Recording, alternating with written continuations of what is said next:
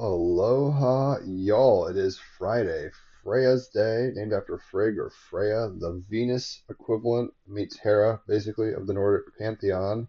It is a Venus ruled day, esoterically, just so you know. Friday, Freya, Venus ruled day, and she is kind of the Venus equivalent. So the sun is in Gemini, the moon is in Aries. I'll reference the astrology as we go, but the cards I pulled are the moon card, the death card, and Friday Fairy Oracle card for the wild card. It is the Bodacious Bodak. So let's go ahead and get into it. I've written music for all the major arcana, so I'll post the songs in the comments. Check them out. The one for the moon card sounds like Tool meets Pink Floyd or something. We actually used it on the Team Rabbit Hole podcast intro part of it. If you don't know, I've got a podcast. People like this guy, David DeAngelis, has been on. 311 episodes. It's a good time. Go down the rabbit hole. Have yourself a good time. It's a blast. So the moon card. Where are you at, Moon? This booklet isn't going quick enough. Here we go. The moon card is this Pisces card. Other water signs can relate to it, but if you're a Pisces, this is your major arcana card. On page 58, I perceive the truth through the inner veil and its reflection. The moon signifies journeying within to the pool of inner wisdom the subconscious inhabits, right? The wisdom, the karma, the lessons, right? Saturn in the last moments of Pisces, conjunct Neptune and Aries. It's about to pop into Aries. We're understanding how we should be in the dream, right? And what our responsibilities are as a thought in the mind of God, or whatever you want to put it like that. And it can be kind of a harder time right now, given the fact that Uranus and Mercury are conjunct and they're trining Pluto retrograding in Aquarius. The moon is the light that shines in the darkness, and her waxing and waning mirror the movements and tides of our emotions. Seen here, she is the woman in the moon, shining her gentle light over the waters below. The moon is in synchronous rotation with the Earth. This means the same side is always facing the Earth, and that the gravitational pull the moon exerts creates the two bulges on the Earth, which move around the ocean as the Earth rotates, causing familiar high and low tide, Jupiter and Gemini. Yin and yang, both and, because of gravity. Women's menstruation cycles often harmonize with the cycles of the moon, and in times of goddess worship more than 5,000 years ago, women would often bleed together on the new moon, considered an auspicious period, deeply creative and spiritual period of release. Then ovulation occurred at the height of their creative release during the full moon. Living life can be a very lonely path at times, especially when we are transitioning from the old to the new, right? And with Pluto retrograde trining Uranus and Mercury conjunct, we are seeing that we have to be changing up the game has changed and we ourselves have to change. The path unknown before us can be laden with projected fears and fantasies of loss and failure, Saturn in the last moments of Pisces. But the moon card suggests to look a little deeper and face your fears. It is time to retreat and reflect, attentive to the synchronicities and symbolic wisdom in the outer world, reflecting in the mirror of the inner world, as within, so without, as above, so below kind of stuff. Allow insights and guidance to surface in your dreams and keep your dream diary ready. Remember, we can feel our most desperate or despondent in the darkness, given to flights of the imagination. Black Moon Lilith is in Scorpio, right? So we're like, oh my gosh, I'm afraid of all the conspiracies in the darkness. Death, which is the next card, the death card. Twisted fears and fantasies. As mistress of illusion, the dreaming self, she holds both the keys and the spells. And that's the title of the song that I wrote for this card, Mistress of Illusion. Deep forgotten memories may be disturbing your equilibrium. Past traumas resurfacing once again to experience the light of consciousness. Chiron and Aries, right? Neptune conjunct Saturn. It's like, where do we need to go into our shadow and alchemize and see it, right? Past traumas resurfacing once again to experience the light of consciousness, the healing spiral. You thought you were resolved, but up it comes again to be purified. Journey within with the power of guided visualization, and like the three ethereal water bearers in the card, receive her wisdom. North Node in Pisces, right? Success in any venture always carries fear as it does hope, the two sides of the same coin, Jupiter and Gemini, Sun and Gemini.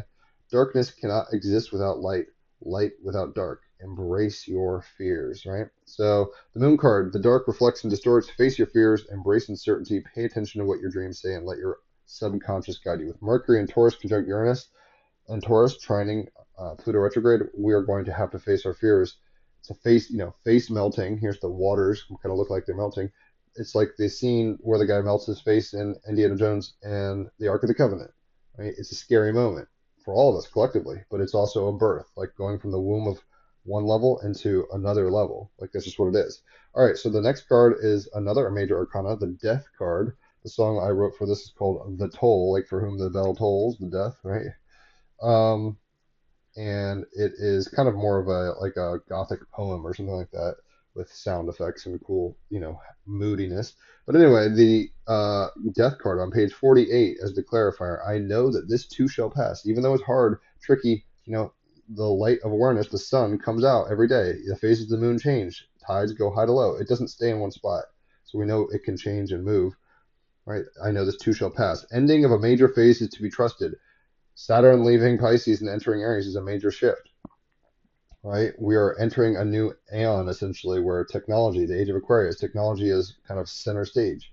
So that's going to feel very different for a lot of people. It's like going from the horse and buggy to the Lamborghini. It's pretty intense. So the ending of a major phase is to be trusted. Surrender, North Node in Pisces, Saturn in the last degree of Pisces. Awaken to life, Moon in Aries, Venus in Aries. Awaken to new life, Neptune in Aries, and new growth. Strip yourself bare, shuffle off your current identity, and rebirth yourself, right? So we're having to go into our subconscious, the unconscious parts, the parts of ourselves that we don't always see, right? And confront it, confront even death, like the death, the change with the scythe of awareness, and go deep into the waters, go deep into these waters and understand that it's all a journey, right? And hopefully we're not self-sabotaging too much, which is what this card is about. The Friday wild card is the Fairy Oracle. This is Brian Froud's Fairy Oracles. Beautiful deck. He did the art for Dark Crystal and things like that. This is the Bodacious Bodoc, number 59 in this deck. So let's see what that has to say. On page 165, number 59, the Bodacious Bodoc. Meddling, tempering, sabotage, helpful fixes, and order, right? Saturn in last degree of Pisces, but Sun in Gemini, Moon in Aries, Jupiter in Gemini is kind of trickster energy. The Bodak, or old man in Scots Gaelic, means well. He tries to, quote, fix things. He drops down chimneys at night and tidies up for you. If you don't have a chimney, he'll find another way in. You left a stack of papers on your desk, he'll file them for you, probably in someone else's desk. No one put away an uneaten roast beef? He'll assume you don't want it and give it to the neighbor's dog. He is not the fairy who ties elf locks in your hair and makes bits of it stand out in the odd directions while you sleep. That is a cousin of his. He has far more important work to do. The Bodak is a meddler. He will tell you, if you catch him, that he means well. It's like a trickster. It's just that things never turn out quite as he expects them to. He feels that you should be grateful for his so-called help, even while you clean the metaphorical eggs off the metaphorical walls, and he is amazed when you're not. Although his feelings are easily hurt by your lack of appreciation, he is persistent. He will just redouble his efforts to be helpful, Jupiter and Gemini. The only way to discourage him is to tidy up your own loose ends and clutter. The Bodak used to steal naughty children, but has evidently decided they are not worth having. However, he does pinch them in their sleep sometimes and give them nightmares, right? That's what the moon card, death, nightmares, and trips, like hard fantasies. It is said that one can keep him away by putting salt on the hearth, but don't you believe it. He is like an ant. The only way to really keep him away is to not have anything around that might attract him. Tidy up your clutter, physical, mental, and emotional. Someone somewhere is meddling uninvited in the issue. Maybe you, maybe someone else. See if you can work out who it is and begin to untangle the messy web they have woven of confusion and disorder and misunderstanding. Mercury conjunct Uranus in Taurus. It will take great firmness to get this person to keep their sticky fingers out of your affairs, Sun in Gemini, Moon in Aries, or keep yours out of their affairs. The amount of tact you use in sorting this out is up to you, but the Bodak type person doesn't usually notice hints. Remember, whoever it is says they mean well. They may even believe that. It's very hard to believe the Bodak's bad results are always just an accident, as he insists. He may believe this, but we don't have to. The word sabotage comes to mind. If you don't want the Bodaks hanging around, looking for ways to help, make sure you don't leave things in the wrong place or dangle any loose ends. He might find some bodacious things to do with them. Right? So the idea is go deep into your emotions, cut the loose ends, try to stop sabotaging yourself and others, and understand that we all have shadows and hurts and hangups we have to deal with at some point. So it's time to grow up. Saturn in the last moments of Pisces. Hopefully this has made sense. Leave a tip if you've enjoyed it. Holler for a reading. An hour of cards is $50, and 3 hours of astrology is $150. It's half off if it's your birthday, and a referral gets you half off on cards. Check out the links. I'll catch you on the flip side. Adios.